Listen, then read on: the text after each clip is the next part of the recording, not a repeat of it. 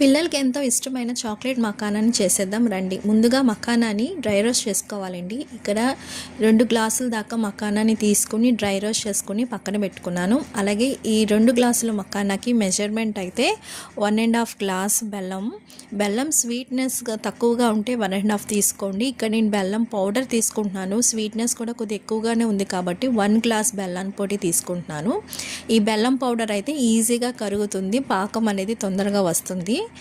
బెల్లం కరిగి ఇలా లేత పాకం వచ్చేటప్పుడు ఒక 1.5 స్పూన్ దాకా కోకో పౌడర్ని యాడ్ చేసుకోవాలండి. కోకో పౌడర్ యాడ్ చేసుకున్నాక 2 మినిట్స్ కుక్ చేసుకుని ఫ్లేమ్ ఆఫ్ చేసేసుకోవాలండి. ఇప్పుడు ముందుగా మనం డ్రై రోస్ట్ చేసి పెట్టుకున్న మకానాన్ని కూడా యాడ్ చేసుకుని బెల్లం సిరపు మకానాకి బాగా పట్టేటట్టు బాగా మిక్స్ చేసుకోవాలి.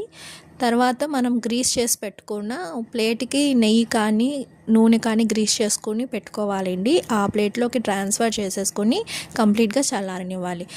చల్లారినాక మకానా అనేది సపరేట్గా ఊడొచ్చేస్తుందండి.